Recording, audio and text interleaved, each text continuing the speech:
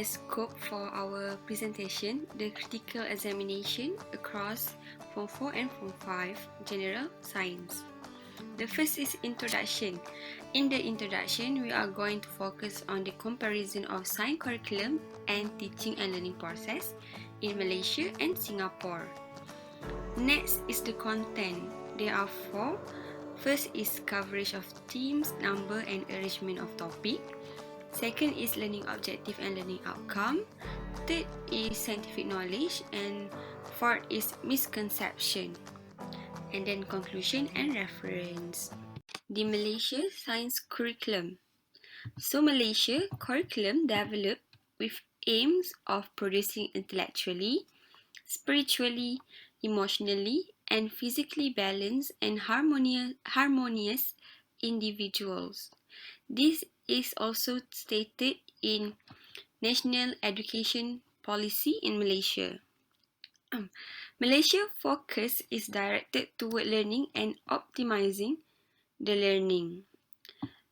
The core of science subjects are designed to provide students who are literate in science, innovative, and able to apply scientific knowledge in decision making and problem solving in everyday life. And lastly, the aim is to develop a concerned, dynamic, and progressive society with science and technology culture that value nature and works toward the preservation and conservation of the environment. Now, let's look on the teaching and learning in Malaysia. So, Malaysia emphasizes on thoughtful learning. So, what is thoughtful learning? Thoughtful learning is a process that helps students acquire knowledge and master skills that help develop students' mind to an optimum level. So, thoughtful learning can occur in various learning approaches such as inquiry, constructivism, contextual learning, and mastery learning. These kind of approaches we have discussed before in our class before the MCO. So I hope you guys still remember what are those approaches. These learning approaches encompass learning methods such as experiment, discussion, simulation, project, visit, and future study. And lastly, this learning activity guides students to active their student critical thinking and creative thinking skills. So, teaching and learning in Malaysia really want the student to have critical and creative thinking skills. Now, let us look on Singapore Science Curriculum Framework.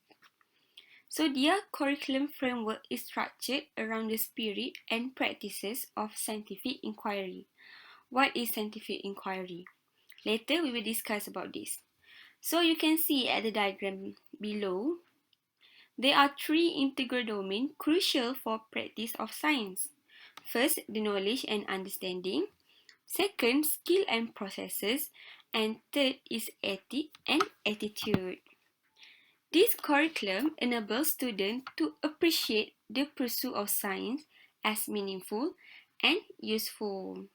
The science curriculum also seeks to nurture students as an inquirer and teacher as the leader of inquiry. Besides, the science curriculum grounded in knowledge, issue, and question that related to the role of science in daily life, society, and environment. It emphasizes on the broad knowledge of fundamental concepts in the nature and physical world. So, the end goal of science curriculum framework in Singapore is they want students who enjoy and value science as an important tool, help them to explore the nature and physical world later. And they will become curious about science. Singapore's teaching and learning process. There are three processes. First is teaching and learning through inquiry. What is inquiry? Inquiry is the activity and processes which students and scientists engage in the nature and physical world around. Next, there are two critical aspects in inquiry. First are what, the content, and how, the process. This is when the students start to question what is the content in mineral water, how is the process of distillation. So it is start with the question. Next is conceptual learning and scientific literacy. What is conceptual learning? Conceptual learning is the learning of science in context, relevant and related to daily life, environment, and society. For example, is the learning science skill, the scientific knowledge and skill. We relate it with the situation or issue. As later, this thing will become meaningful to the student because they will have better understanding of that content. And lastly is the influence on information and communication technologies. There are 5 tools. First is tool for data capture, processing and interpretation. This tool will help teachers to support practical work and scientific inquiry activities. Next is multimedia software. It allows students to visualize complex processes and perform virtual experiments. Third is information system.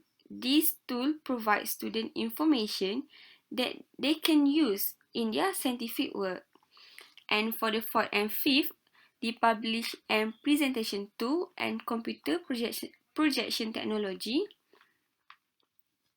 These last two categories allow students to capture image and disguise it together. So when the student and the audience can capture the image, they can have the communication effectively. So why do we choose Singapore to compare it with Malaysia? First is Singapore consistently ranked at top in PISA. According to StraightTime.com, Singapore come in second place for the 3 subjects. There are Math, Science and Reading in PISA 2015 and they consistently become ranked at top in PISA. Second is Singapore education system considered the best in the world. Many will look at the Singapore education system. So before I end this slide, there are a quote by Joe Line saying that tell me and I forgot, show me and I remember, involve me and I understand.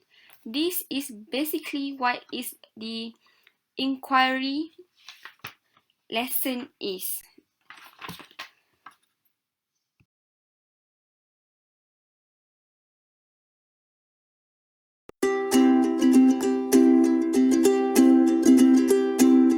So we'll start on the background of the syllabus. First, we have chose the Singapore and Malaysia to be compared in this topic. So in Singapore, we have chose the biology syllabus pre-university higher 1. Meanwhile, in Malaysia, we have chose the Form 5 and Form 4 general science. They are not same because in Singapore there is no upper secondary, which is a separate syllabus for Form 4 and Form 5. So at that place, for pre-university, the range of age is between 16 to 19. So the syllabus was being compared with Malaysia in the scope of biology in upper secondary student because their age is same. As we compare their biology scope with ours, the topic will be the themes, while our topic and the theme will be the theme. We cannot make the Singapore syllabus same to us because our syllabus is including many fields of science. We cannot compare our topics because they are not the same thing. These are the proof of the range of age in Singapore, which include the 16 to 19 years old of teenage in their courses. So this is the themes of both country. From the Singapore side, we chose the biology syllabus pre-university high 1, and for the general science form 4, we have chose the continuity and maintenance as the theme to be compared with the Singapore. This is the biology topic for it, biology themes for it. From the observation of the team between the Singapore and the Malaysia's team, Malaysia's syllabus in the team has a similarity with the Singapore team, which is in their genetic teams. However, the other four syllabus in Singapore has not exist in the Malaysia's textbooks. Their textbook is for the science field student, which is a student that have a purpose for continuing their study in a deeper science field or working in a science field. But for the Malaysian student, this general science is not for a deeper science field. So I think it is very suitable for our student. Their topics under the theme, their themes is kind of same with Malaysia, but it is not the same. Their topics is more complex than Malaysia.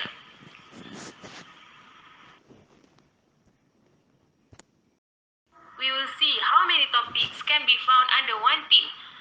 Do you think each team has equal number of topic covered? Are they providing enough information for the student? So, these are the topics under the theme for the biology syllabus pre-university high 1 and for the form 5 and form 4 general science.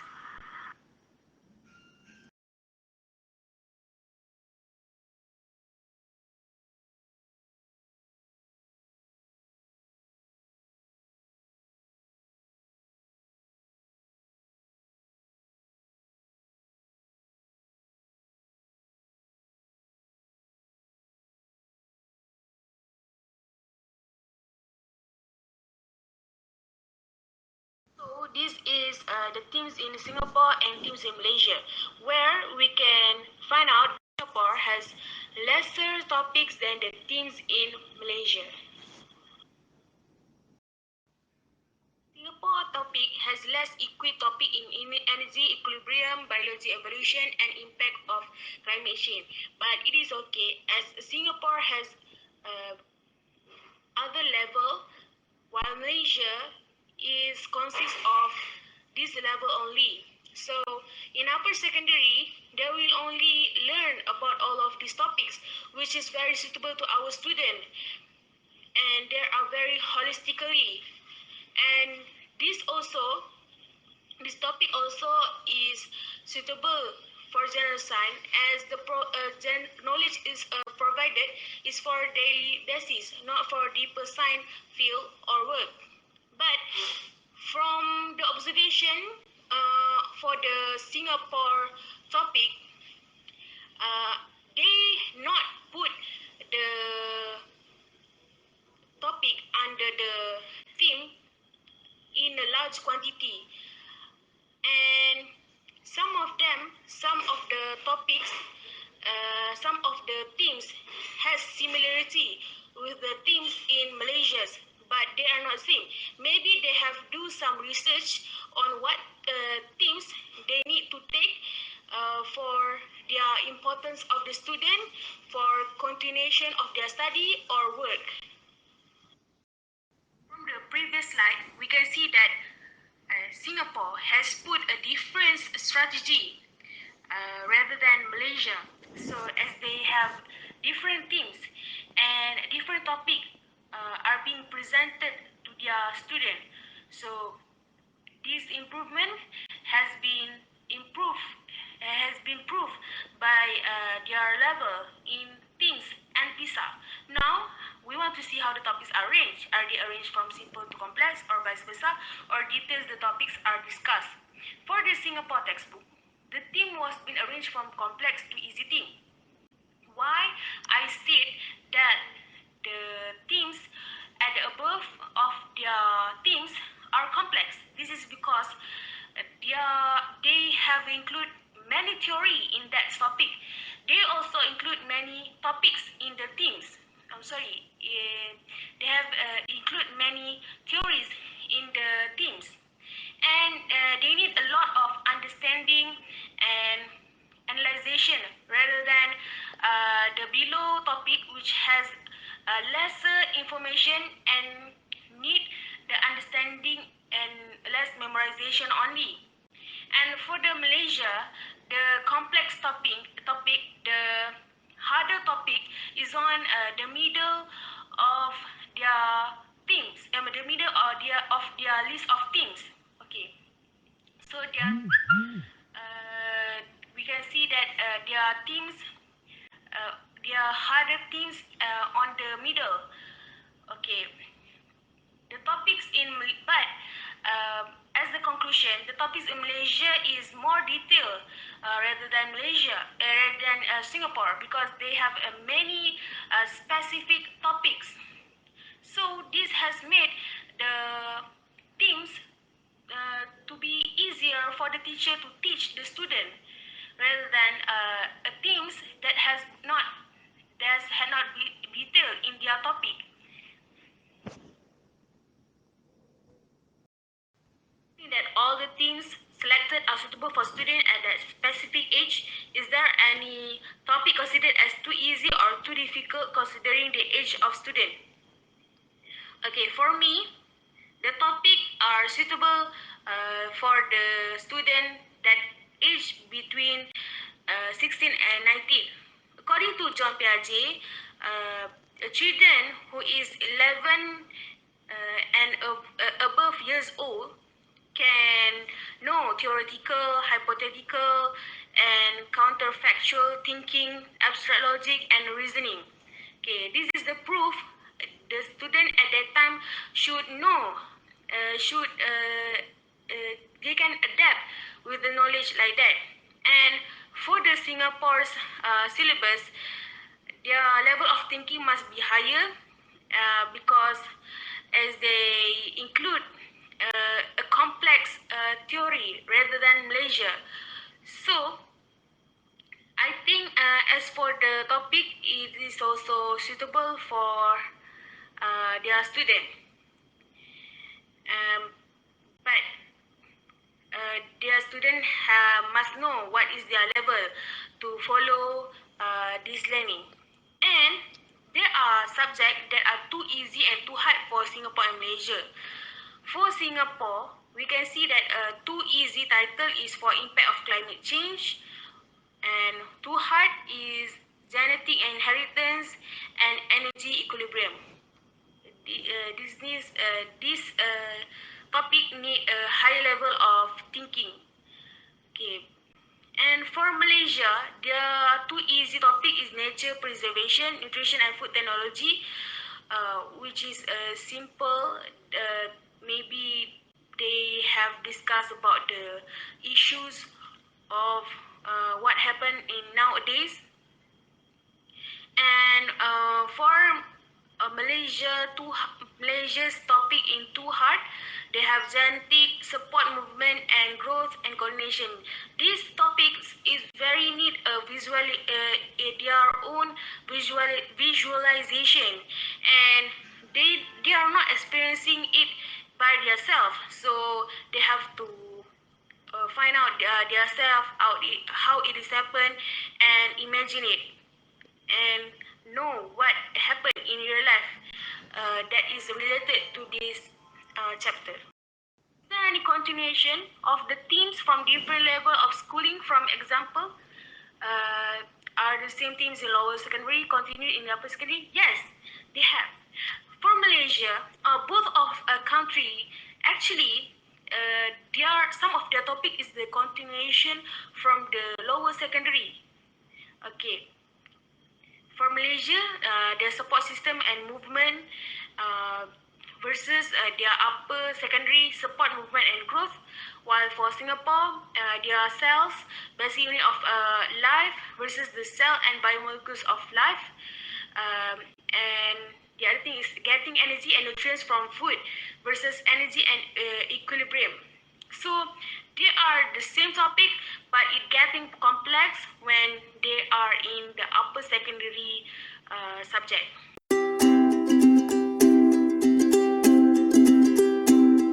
Now, let's look on the learning objective and learning outcome. What is learning objective? Learning objective is the statement of what the learner will know, understand, and be able to do as the result of engaging in the learning activities. So, learning objective should have clarity about the purpose of course and guide the development of the content, method, and material by curriculum developer in order to facilitate learning and meet training goals. Okay, learning objective contain 4 components. Those are audience, behavior, condition, and standard. What is learning outcome? Learning outcome is a clear statement of what the learner is expected to be able to do and what they should be expected to achieve those outcomes. So, here are the topic under Malaysia and Singapore. Singapore, the same topic is genetic. So, from this, I look at the inheritance subtopic because Malaysia and Singapore has the same subtopic. In order to obtain good learning objective, we use SMART element as the checklist to ensure that each item is formulating in learning objective. First is specific. State precisely what is the learner will able to do. Second, measure. Things that can be observed or counted during or after the training session. Third is action-oriented. This uses an active verb that presents a behavior change or acquisition. Fourth is reasonable, appropriate to the time and scope, and lastly, time-bound, that can be achieved by the end of training. This is the learning objective taken from the subtopic inheritance. Okay, for Malaysia, Malaysia only state the understanding on the principle and mechanism of inheritance. Do you think it follows SMART? Now let's look at the Singapore. Students can list the information of genetic inheritance that contributed to the continuity of human species by the end of session. Is Singapore also use SMART element? So now I want you to compare both and start to label what are the SMART elements that they did not follow.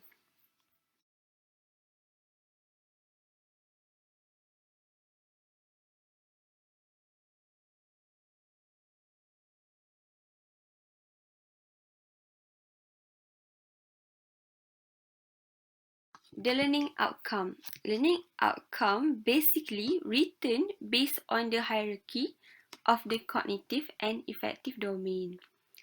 Cognitive domain levels content of knowledge, understanding, application, analysis, synthesis, and evaluation. While affective domain level, to be aware, to be in awe, to be appreciative, to be thankful, to love, to practice, and to internalize. And affective domain is explicitly stated in learning outcome. This is the learning outcome taken from inheritance. So by the end of the session, students should be able to. In Malaysia, they have 4 learning outcomes. and Singapore have 5 learning outcomes. And I want you to think which one is more effective learning outcome and which one that mostly students can get better understanding of the content. So this is the answer for the learning objective in Malaysia. Okay, the learning objective for inheritance is understanding on the principle and mechanism of inheritance. We can see that the understanding is not specific. It cannot be measurable because it also means another thing. It's very wide. It is not specific and not clearly defined. So this is the good learning objective that I have constructed. Following this session, student will explain 3 principles and describe the mechanism inheritance. Okay, you can see that this new learning outcome have all the SMART elements. It have the time bound, action oriented, specific, measurable, and reasonable. Singapore, their learning objective for inheritance is student can list the information of genetic inheritance that contribute to the continuity of human species by the end of this session. Okay, we can see that they have 2 SMART elements. There are action oriented, list, and time bound by the end of session, but the information is not specific. They should give us what is the information, the type or the mechanism or anything.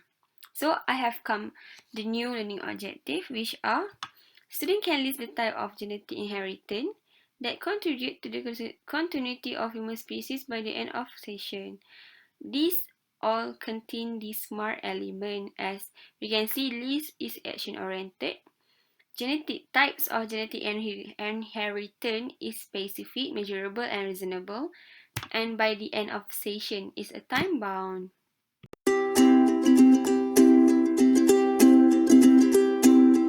Do you know what is actually meaning of scientific key concept? Well, key concept is basically ideas and terms that are the central to the main points of the text. So, in these presentations, it can be defined as ideas and terms that are central to the selected topics in the textbooks. First, let us take a look at the first key concept in subtopic of basic particle in the themes of elements and materials. So, the main concept or the key concept of this subtopic is 3 types of particles, which include atom, molecule, and ion substance. So, in this subtopic, students will learn about what is actually these 3 types of particles, their use, and how can they give example to every type of these particles. From the key concept that you have seen before, there are several of critical reflections that we can do within these topics. So the first critical reflection is the conformity or alignment of the subtopic with the curriculum aims and objective in the curriculum guide. As you can see, the topics in the textbooks are related to the aims and objective that has been stated in the SKP provided by Ministry of Education.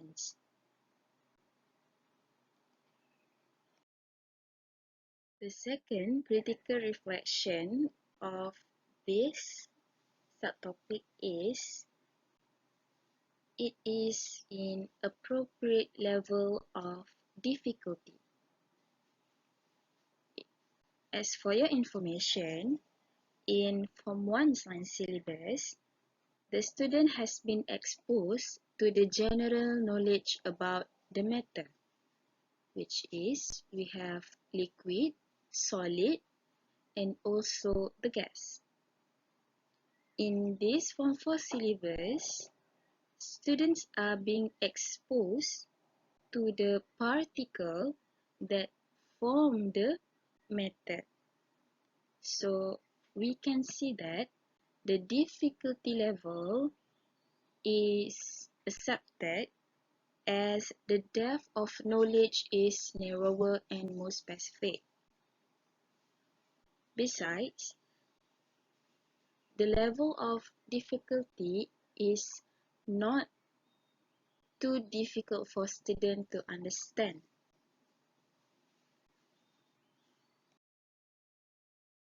The last part of critical reflection of this subtopic is the learning activities that can be doing in class to achieve the learning targets. As you can see in the textbooks, Ministry of Health has been suggested some activities that appropriate to do while teaching and learning in progress or after the teaching and learning process. So I think the activity that has been suggested is appropriate to do in class, and at the same time, the multimedia presentations about substance that can be created by particle in our daily life activities can develop students' creativity and thinking skills because they have to provide all the ideas so they can use all that ideas in the multimedia presentations.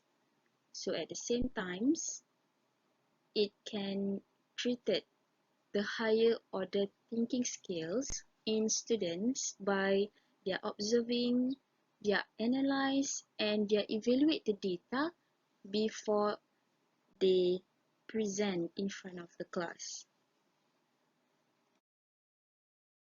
Do you is an ideal weight, overweight, or obesity? Well, it can be related to the subtopic that will be discussed here. So the subtopic is body mass index, which the terms you are familiar with is BMI. So as you can see here, we have two main concepts of the BMI, which is first, the formula how you can calculate your BMI, and second is based on the BMI that you calculated before, what is your categories?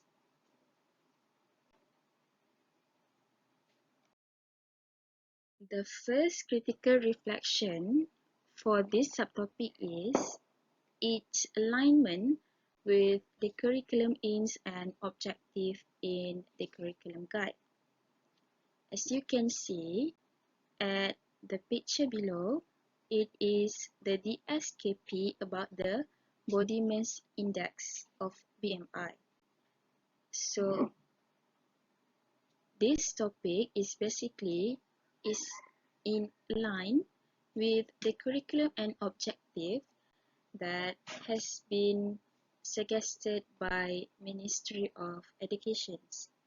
So in these topics, students will calculate and they will decide their BMI, and also they will interpret their BMI, whether they are ideal weight, overweight, or obesity, and the solutions that they have come with after they know about their BMI.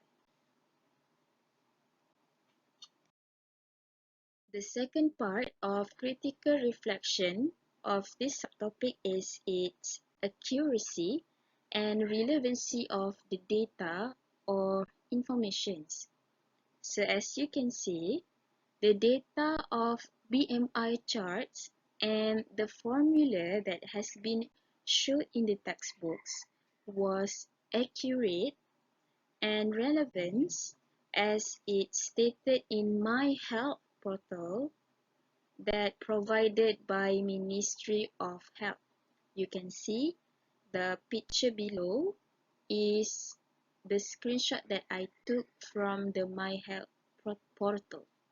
So it can be concluded that the data or information that provided in the textbook is basically reference to the information that has been stated in portal that provided by Ministry of Health.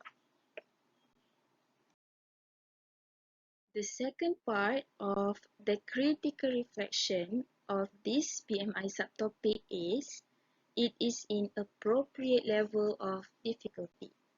It can be said that this topic is easy and can be understood immediately by the students after the teaching and learning process. As you see, the formula and the calculation that has been provided for the students are easily understood and they can do the calculation in class without any problem. Also, the knowledge of this BMI topic can be applied immediately after teaching and learning process, where students can use the formula and the data to know their own BMI.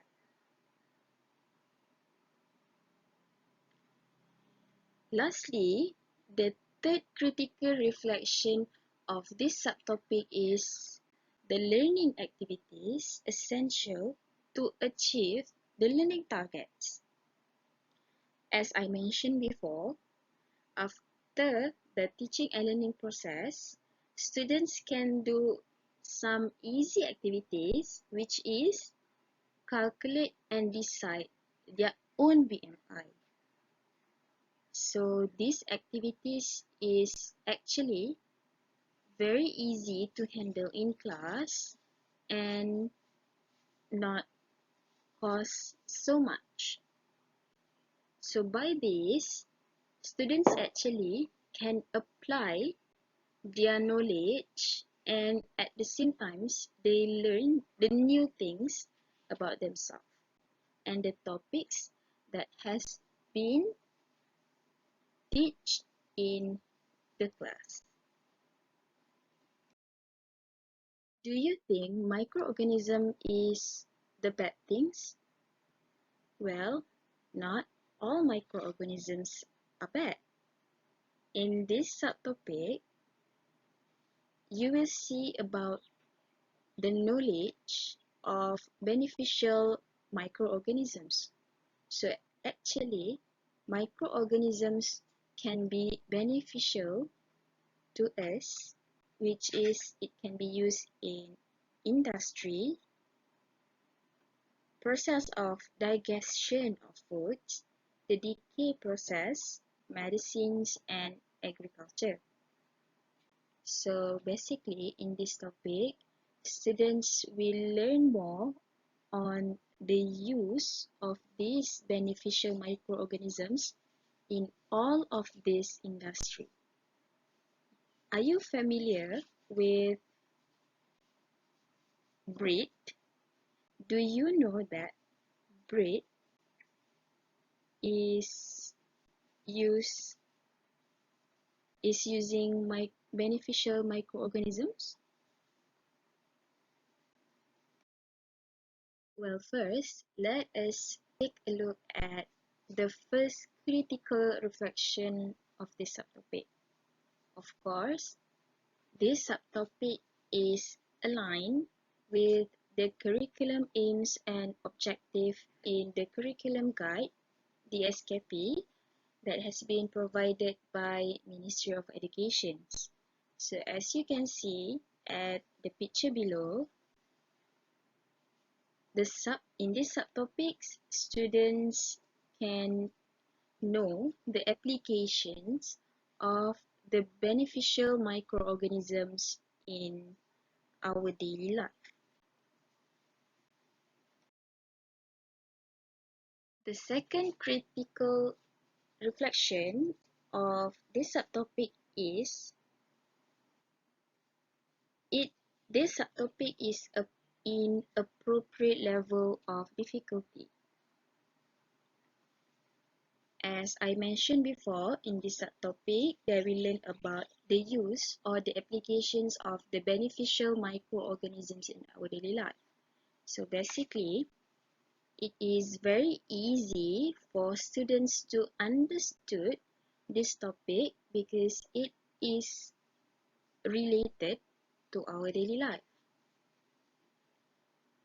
In my opinion, the textbook itself has provided enough knowledge about this application of beneficial microorganisms.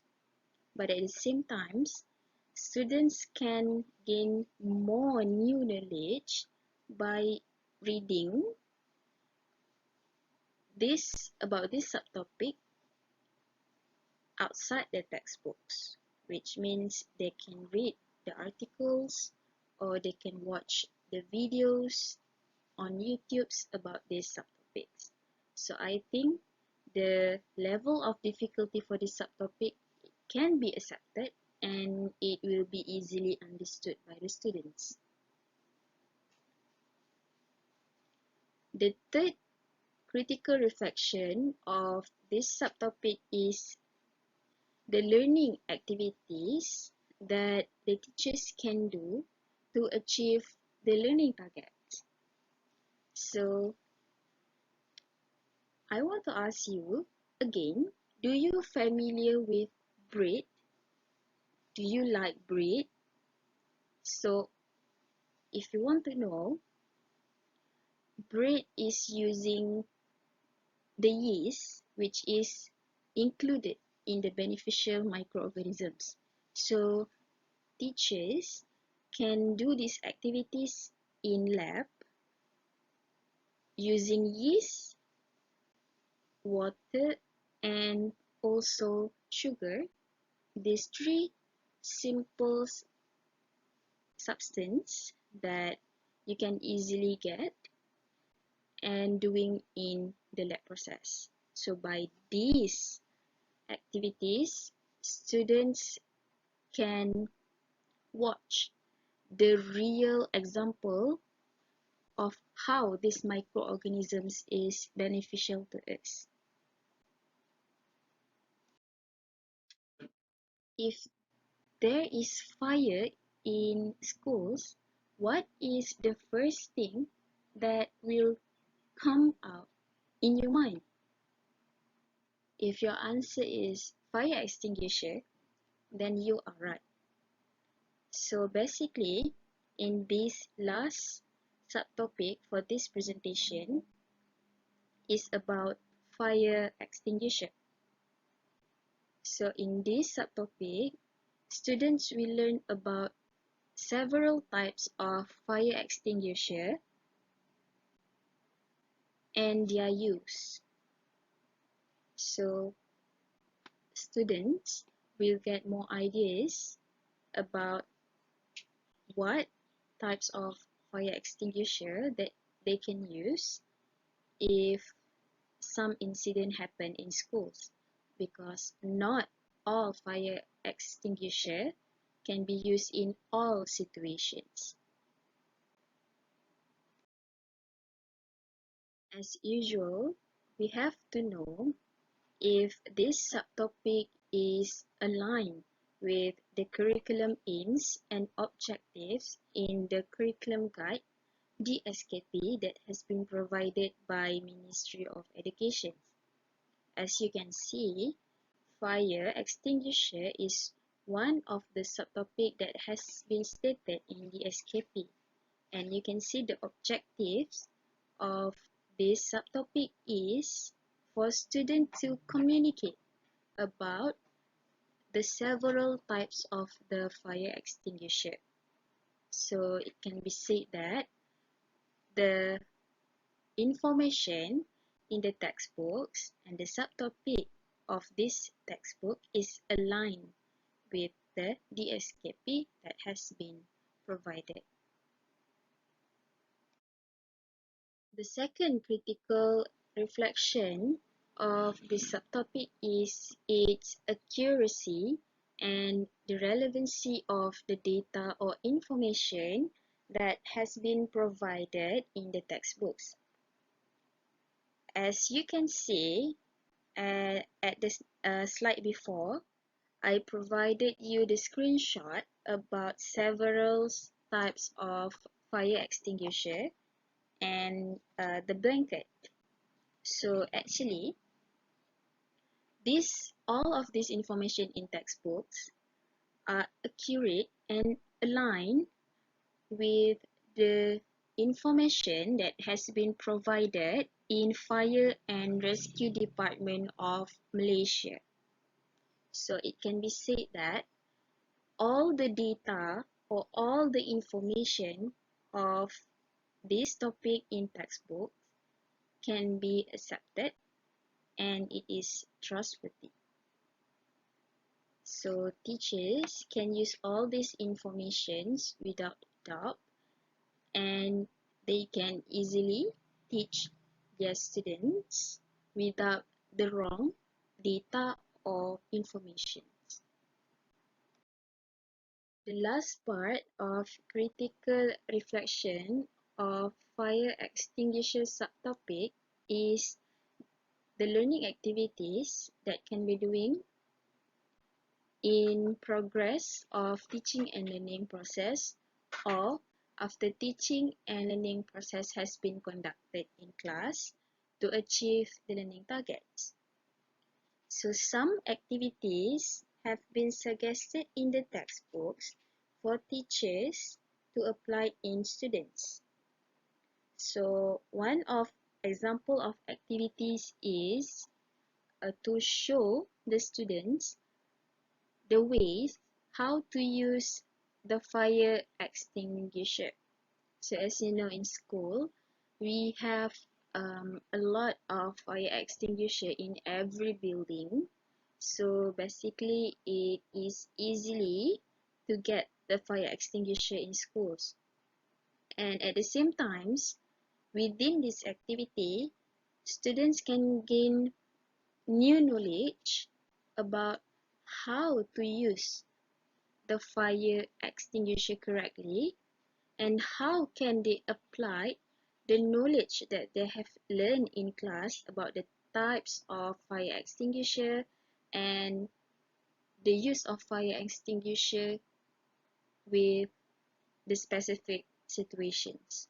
So it can be said that students can apply their knowledge and at the same time they can gain new knowledge.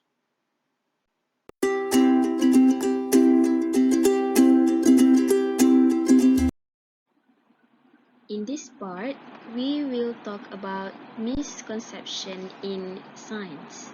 So basically, what is misconception? Misconception is a view or opinion that is incorrect because based on faulty thinking or understanding. As you know, misconception can be from the teacher or the student themselves. So let's take a look at one of the topic in Form 4 Science syllabus, which is cardiopulmonary resuscitation, which you are very familiar with its synonym, which is CPR. So many students have misunderstood about CPR.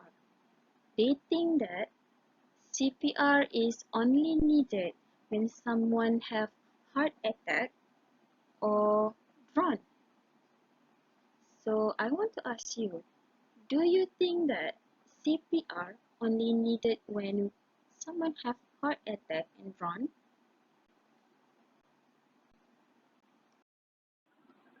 If your answer is yes, then you have to do a lot of research then.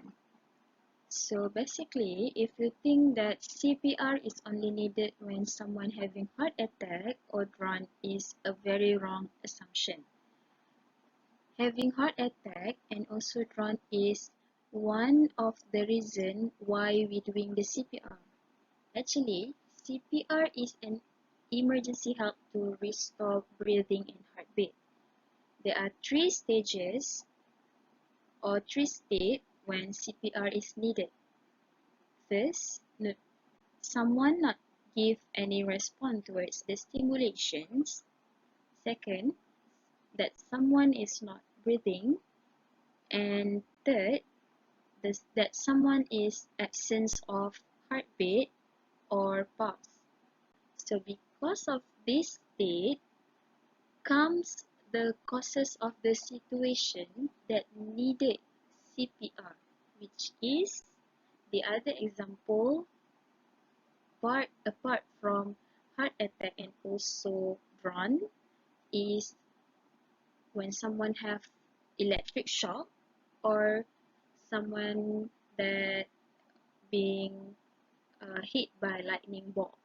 So in these two situations, they may need the CPR if they have the three states that has been mentioned before. Next, we will go to the other topic in Form 4 Science syllabus, which is related to pulse. So what is basically pulse? The easiest definition of pulse is a rhythmic beating in the arteries that caused by the beating of the heart. You are very familiar with the term pulse, and the most misconception in this topic is students may believe that we can only feel the pulse, the throbbing of the pulse at wrist and also neck. So, do you think that our pulse is only on wrist and neck? If you think so, why? Do you think that we only have arteries in these two places? The truth is, according to the scientific theories, pulse can be found in other places in our body. So it means that pulse point can not only found in wrist and also neck. As you see at the figure beside this, it shows where is the other pulse in our body. So why we have this misconception of pulse only have on wrist and neck? Firstly, because we always watching the drama or the video on YouTube's, they only show they taking the pulse rate only on wrist or neck. So basically, why the doctor usually take our pulse rate on wrist or neck? because three reasons. They are apparent, prominent, and very easy to find. So because of this, many people misunderstood about um, the total of the pulse in our body. Okay, in this slide, we are talking about animal support system. Do you know what is animal support system? Do you have any idea what is actually animal support system? Okay, now I will tell you the most misconception in this chapter, which is many people believe jellyfish doesn't have any skeleton. Yes, jellyfish doesn't have bones, but do you think jellyfish has skeleton? What is skeleton? Can you answer this question? If your answer jellyfish has skeleton, then you are absolutely right. So basically, jellyfish is invertebrate animal. Same with the starfish and also worms. So invertebrate animal, they doesn't have big bone, which is they are supported fully by hydrostatic skeleton. So hydrostatic skeleton is consists of fluid that fill with cavity surrounded by the muscles. So with this hydrostatic skeleton, it can help this invertebrate animal on the movement. So with this knowledge, do you think animal only has hard skeleton? What is the difference between hard skeleton and also hydrostatic skeleton? Can you give me one example of animal that has hard skeleton? Do you familiar with the term skydiving? Do you know what is actually skydiving? Well, skydiving is actually the sport or activity of jumping from an aircraft and performing acrobatic maneuvers in the air under free fall before landing by parachute. As science students, do you have any scientific theories that you can relate with the sport of skydiving? Yes, if your answer is free fall theory, then you are right. So why is skydiving is considered as free fall? Is skydiving is really can relate with free fall theories?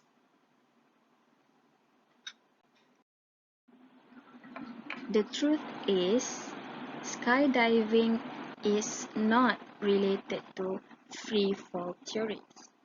So what is basically free fall theories? In Newtonian physics, free fall can be described as any motion of a body where gravity is the only force acting upon it, which means There will be no resistance when free fall happens. So what is the condition that can be possible as there is no air resistance? First is in the vacuum, which is no air at all. Second, as you see in the comics, the space doesn't have any air resistance. Why? Because space doesn't have any air. So when you take an object and fall it in space, it will be free fall because there is no air resistance in that space. So that is the reason why skydiving is not related to free fall theories. Let's go through the misconception in science in from 5. So first, the microorganism and its effect toward the living things.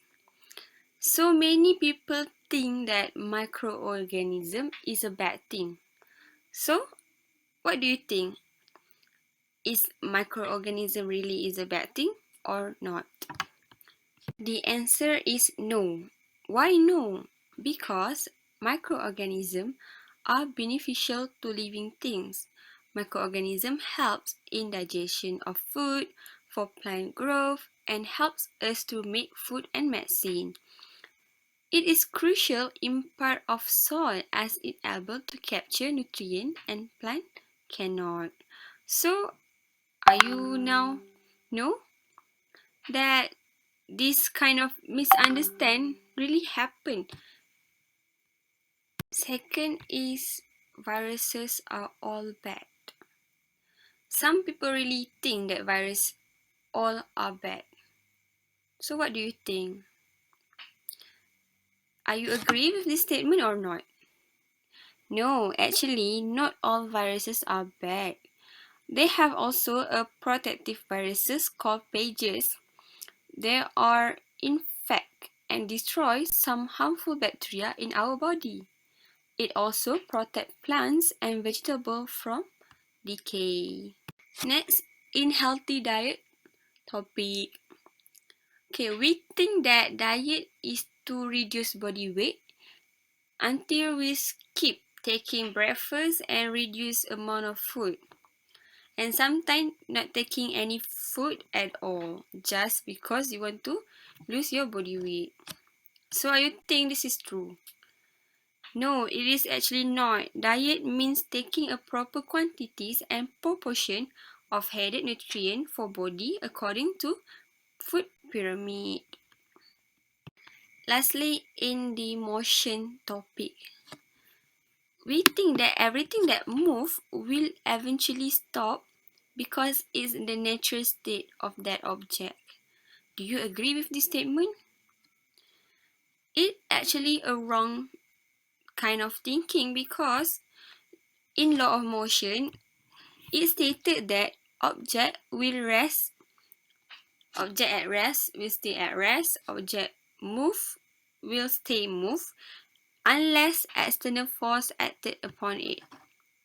So the object stop not because its natural state but because of the external factor, which is the friction between the ball and the floor.